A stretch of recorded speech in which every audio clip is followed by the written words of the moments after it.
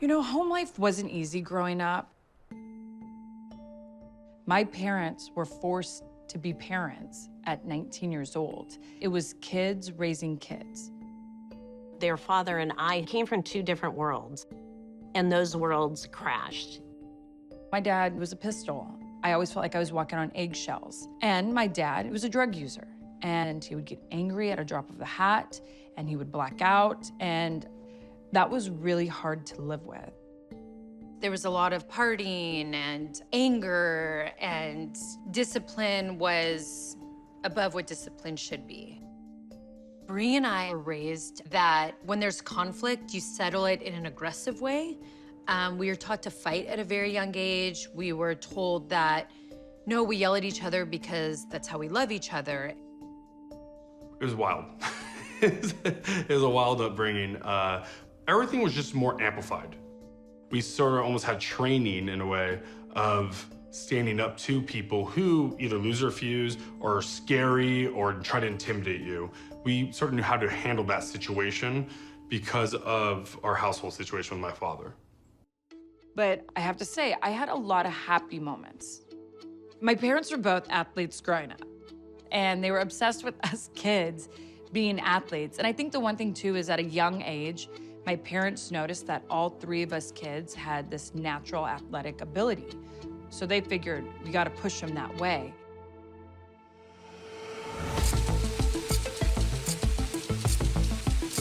Soccer came into my life at the perfect time. I was in 4th grade, and soccer brought a lot of structure that I didn't have at home.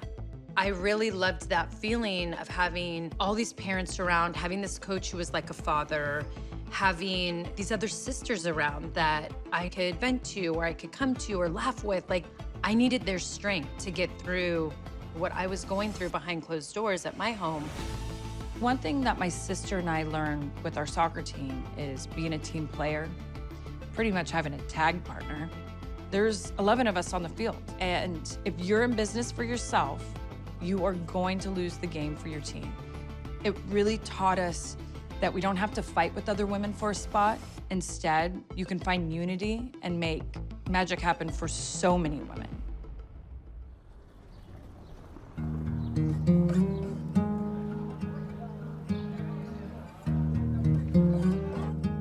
When finally my parents figured out that they couldn't be together, they had to get a divorce, and all of a sudden our house became happier, I started to be like, well, what makes me happy? Because it's not soccer.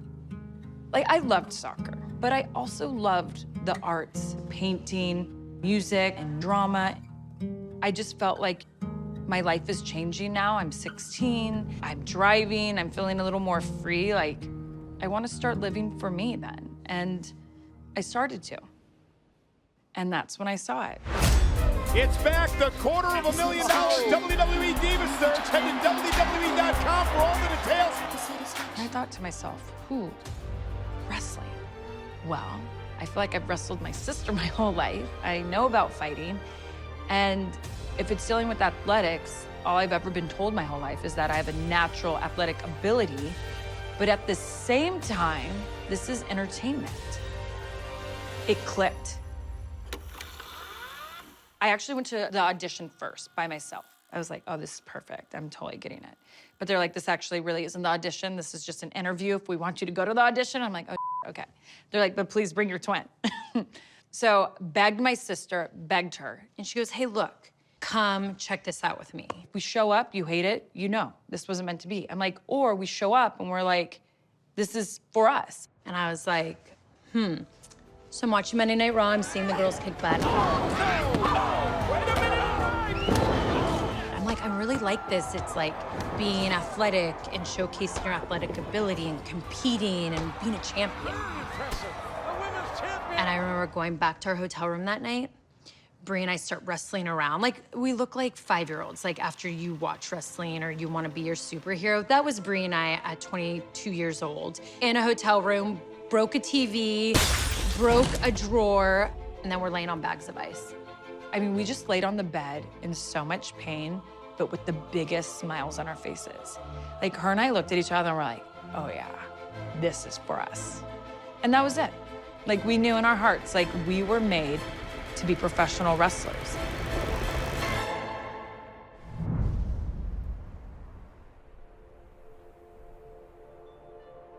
When Nikki and I started with WWE and we showed up to Pittsburgh, Nikki and I are walking into the arena. I was very nervous to go to TV. I just had a lot of pressure. We were entering a whole new group of women and dealing with TV time and money. We had a big roster of women then, but they were all underutilized. None of them were given the storylines that the men were given. None of them were given a compelling storyline at all. You look at television and there's probably 10 different segments, maybe 12, but there's only one for women. And that's a lot of women fighting for a spot. Which resulted maybe in not the healthiest of locker room environments. It was less about supporting one another and more about getting one over on each other, which is not necessarily unusual in a competitive environment, but certainly wasn't the most familial. And their opponents from Scottsdale, Arizona, Brie and the Divas champion, Nikki, the Bella Twins. Brie and I have a tag match against Paige and Emma. And the people in the back literally came to us before we were about to go out. They said, can you guys make your tag match 2 minutes, but with entrances? So you probably will have like, I don't know, minute 30 in the ring.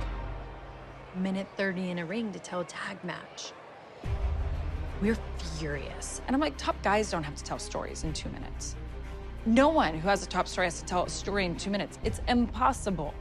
When you give us less time and on what we're doing, you're on what the fans want as well. You're what they believe in, you're taking it away from them. And that's not what they want as a viewer, as someone who pays a ticket to watch their superhero. We were mad. But there was something inside all four of us. We all looked at each other and we're like, let's just give them a finisher. If that's all they really want is to see us walk out there, then it doesn't matter what we do. And we went out there,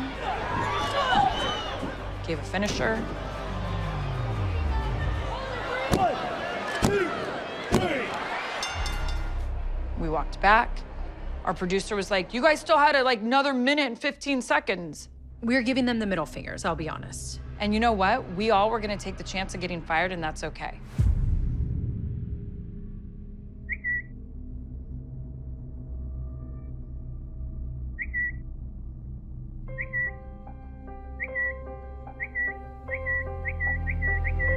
The fans just went crazy. They didn't understand, like, why did the girls have such a short match? This is ridiculous. This is embarrassing. It was like the last straw. Because we gave them a taste of what we can do. We gained their respect. They wanted more, and our company wasn't giving it. They hashtag give divas a chance because they were so tired of seeing the ups and downs for divas. And this hashtag trended worldwide for 3 days, specifically demanding better storylines, better character development, longer matches, more athleticism. And we responded in the biggest way possible with Vince McMahon saying, we hear you, keep watching, hashtag give divas a chance. And that was super inspirational for everyone to see, like, sometimes you have to go out and get it, and you've got to demand it. It was the fans, it was the wrestlers, it was the girls being like, done, we're not doing this anymore. I'm happy that night we did it because I feel like that changed women's wrestling at WWE for good.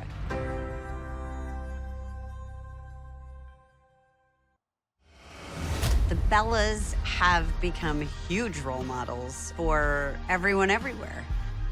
To see the things that they've accomplished within the business, for the business, and now outside of the business is truly impressive. They're driven by passion and the things that they love and are interested in. They don't fake anything.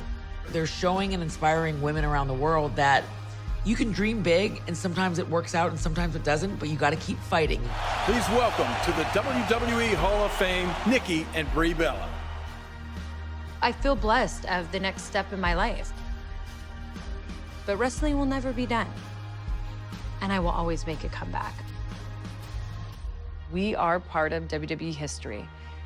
And let me tell you, when you fight for something and it is recognized, that is the ultimate feeling you can get. We were hell-bent on making it one way or the other. I better be tough or this isn't gonna last. This has been an amazing journey.